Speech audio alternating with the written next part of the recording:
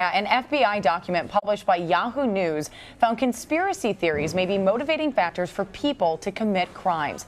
According to the document from the agency's Phoenix field office, quote, the FBI assesses anti-government identity-based and fringe political conspiracy theories very likely motivate some domestic extremists, wholly or in part, to commit criminal and sometimes violent activity. The document says it's the first of its kind to examine this issue and that it will act as a baseline for other investigations. Sharon Weinberger is in our D.C. bureau, and she's the D.C. bureau chief for Yahoo News. She joins us now from Washington to talk more about this. Now, this is interesting because this is getting a lot of attention, especially on social media. Why is this document so significant?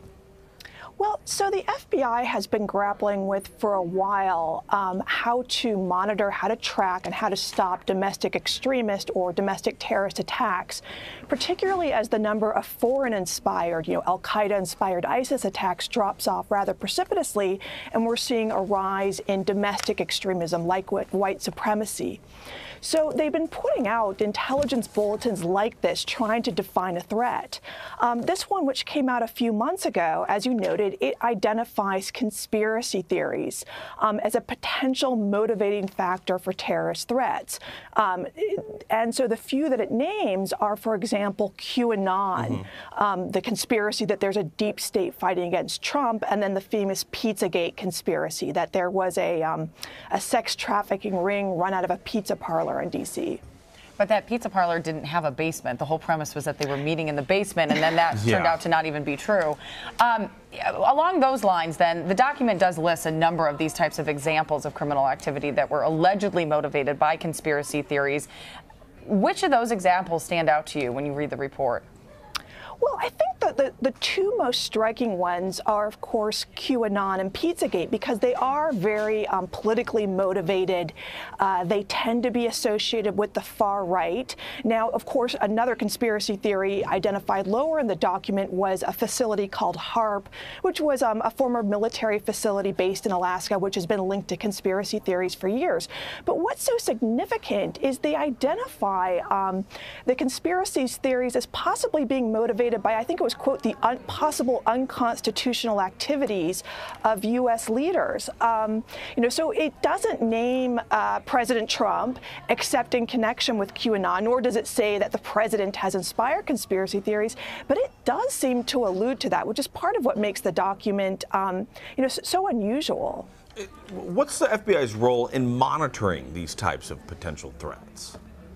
Well, so the FBI does have primary responsibility for monitoring domestic threats. So unlike the National Counterterrorism Center, which can't monitor threats in the U.S. unless they have a foreign link, unless they're foreign-inspired or foreign-directed. So the FBI is focused on these domestic threats. I think the criticism that some of the people we spoke with had of this approach is that, conspiracy theories have been around a long time, and as one professor noted to me, at one point between 60 and 80% of the American public believed in some form of JFK conspiracy. They're certainly not all, or perhaps any of them, domestic terrorists. So the question is, like we're seeing now with the mass shootings, is what exactly is inspiring this violence? Is it a single cause? Is it multiple causes? I think it's dangerous territory, or at least unsteady, to start saying that conspiracy theories, a belief system, we're allowed to believe in the flat earth. We're allowed to believe in the JFK conspiracy. It's when we act on these.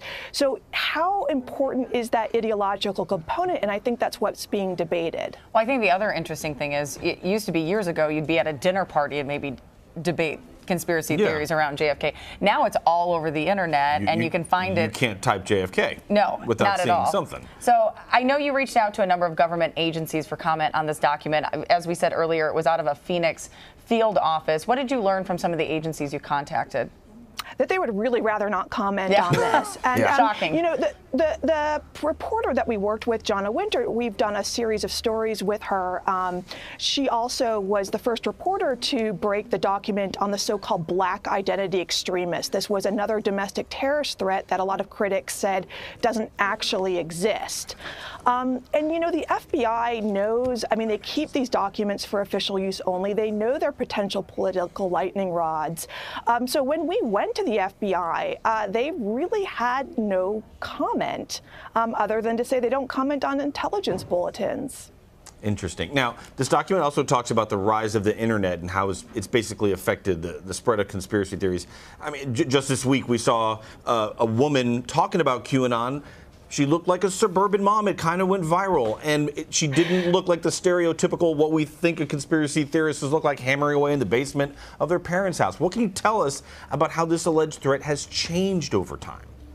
Well, look, I don't think there is a family out there in America that doesn't have that aunt or uncle who believes in UFOs in Area 51, or that the CIA killed Kennedy, or, you know, did the moon landing really happen? I really think every family has one of those.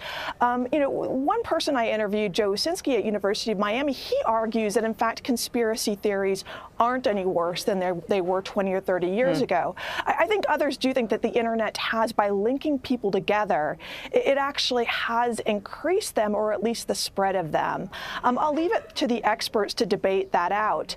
But, you know, this is an issue that's getting a lot of media coverage, and something like that video you mentioned, which is incredible, going viral. Yeah, I mean, I guess the lesson is conspiracy theorists are everywhere. We all know someone or have someone in our family who has crazy beliefs. The question is, when does that cross over into violence? And that's the tricky question that law enforcement has to figure out. It's a very interesting topic, and thank you for coming to talk with us. Sharon Weinberger, thank you. Thank you.